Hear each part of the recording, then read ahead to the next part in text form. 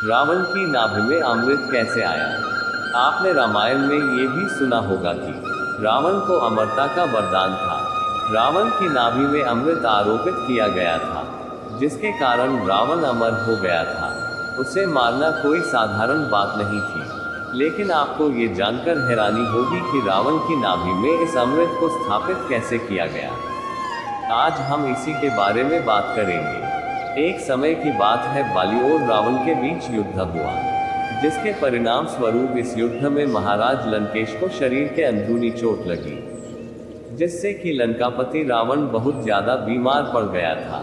इसी बात को लेकर मंदोदरी बहुत ज्यादा चिंतित हो गई और उसने मन ही मन में यह निर्णय लिया कि मैं महाराज रावण को अमर बनाकर ही रहूंगी। मंदोदरी ने अपने पति को अमर बनाने के लिए अपने माता पिता की सहायता ली। मंदोदरी अपने माता पिता के पास पहुंची और उन्होंने अपनी सारी आपबीती बताई। इससे उसके माता पिता ने हाँ कर दी। लेकिन समस्या ये थी कि मंदोदरी के पास उड़कर के जाने की शक्ति नहीं थी। इसलिए मंदोदरी की माँ के पास ये शक्ति थी। उसके बाद में मंदोदरी की माँ ने सारी शक्तियाँ मंदोदरी को दे दी थी, क्योंकि मंदोदरी की माँ एक देवी स्त्री थी। मंदोदरी की माँ से मंदोदरी ने शक्तियाँ प्राप्त करके वह चंद्रलोक चली गई। चंद्रलोक में जाकर के उन्होंने चंद्रदेव के सामने अपने पति यानी कि लंकापति रावण की दीर्घायु के लिए पूजा का बहाना बनाने का ड्रामा रचा। चंद्रदेव तथा वहां के देवता इस बात को समझ नहीं पाए कि मंदोदरी की चाल क्या है, मंदोदरी यहाँ क्यों आई है। वैसे तो साधारण व्यक्ति इस अमृत कलश के कुंड को नहीं चुरा सकता, क्योंकि मंदोदरी के पिता द्वारा उसे स्वर्गलोक में स्थापित किया गया था। वह भी बहुत ही चमत्कारिक तथा विद्युत शक्तियों के द्वारा इस कलश को स्थापित किया गया था, जिससे कि कोई भी व्यक्ति इस नहीं ले जा सकता। यदि कोई व्यक्ति आकाश मार्ग से उड़कर भी आता है तो इसके नीचे से बहुत सारी विषैली गैसें निकलती हैं, जिससे किसकी मृत्यु हो जाती है, और यदि कोई व्यक्ति इसके पास चलकर जाए तो भी उसकी मृत्यु निश्चित होती है, क्योंकि इनके चारों ओर गर्म लावा निकलता रहता है। इसलिए सामान्य मनुष्य के लिए इस अमृत कलश को चुराना कोई साधारण बात नहीं थी। चंद्रलोक का एक नियम है कि चंद्रदेव साल में एक बार अश्विन मास की पूर्णिमा शरद पूर्णिमा के दिन इस अमृत कलश को वहां से निकालते हैं तथा धरती वासियों के कल्याण के लिए कुछ बूंदे धरती पर गिराते हैं।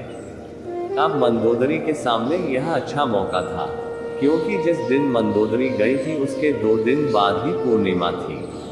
इसलिए मंदोदरी को अमृत कलश चुराने का अच्छा मौका मिल गया। जैसे ही पूर्णिमा की रात्रि को चंद्रदेव ने अमृत कलश वहां से बाहर निकाला, तभी रावण की पत्नी मंदोदरी ने मौका पाकर के अमृत कलश को चुरा करके भागने लगी, जिसके कारण देवताओं को इसका पता चल गया और देवताओं ने मंदोदरी का पीछा किया। पीछा करने पर मंदोदरी बहुत ज्यादा ही घबरा गई और उसने अमृत कलश को देवलोक में एक खिड़की में अमृत कलश को छोड़ दिया तथा उसमें से अमृत की कुछ बूंद को अपनी अंगूठी में भर करके उसके ऊपर ग्रह का नंद लगा दिया और अपने साथ लेकर आ गई। मंदोदरी अमृत लेकर धरती लोक पर पहुंच गई थी। उसके बाद उसने रावण को अमर करने के लिए अपने देवर विभीषण का सहारा लिया। वो एकमात्र लंका में ऐसे व्यक्ति थे जो कि धर्म, पूजा पाठ तथा सकारात्मक प्रकृति के विचारधारा वाले व्यक्ति थे। मंदोदरी ने ये सारी घटना विभीषण को बताई। पहले तो विभीषण ने उसका विरोध किया, मगर मंदोदरी के बहुत समझाने के बाद वह तैयार हो गया। लेकिन विभीषण ने एक सशर्त रखी कि इस बात का पता हमारे दोनों के अलावा और किसी को नहीं होना चाहिए। इस बात से रावण की पत्नी मंदोदरी भी सहमत हो गई और उन्होंने शरद पूर्णिमा के दिन ही इस अमृत की बूंद को रावण की नाभि में अमृत स्थापित करने का निर्णय लिया। पूर्णिमा की रात्रि को मंदोदरी तथा विभीषण ने रावण को अशोक वाटिका में बुलाकर के मदिरा के साथ कुछ जड़ी बूटियां पिलाकर के रावण को बेहोश या अचेत किया गया। रावण की अचेत होने के बाद कमल नाल पद्धति द्वारा विभीषण ने उस अमृत की बूंदों को रावण की नाभि में स्थापित कर दिया, जिसके कारण रावण अमर हो गया। अब रावण का सिर भी कट जाता है तो भी वह जिंदा रहेगा। मेडिकल लाइन में नाभि का संपूर्ण ज्ञान जिसको होता है उसको वेस्क्युलर सर्जन बोलते हैं। पूरे विश्व में विभीषण उस समय का एकमात्र वेस्क्युलर सर्जन था। इस प्रकार रावण की नाभि में अमृत स्थापित किया गया। अमृत रावण की नाभि में स्थापित क्यों किया? क्योंकि जो अमृत की बूंदें मंदोदरी रावण के लिए लेकर आई थी वह पर्याप्त नहीं थी। हमारे शरीर में समस्त नाड़ियों का केंद्र नाभि में होता है, इसलिए यदि नाभि में अमृत को पहुंचा दिया जाए तो ये हमारे शरीर के हर नाड़ी में पहुंच जाता है। इसीलिए विभीषण ने नाभि को ही चुना। इससे रावण अमर ही गया था।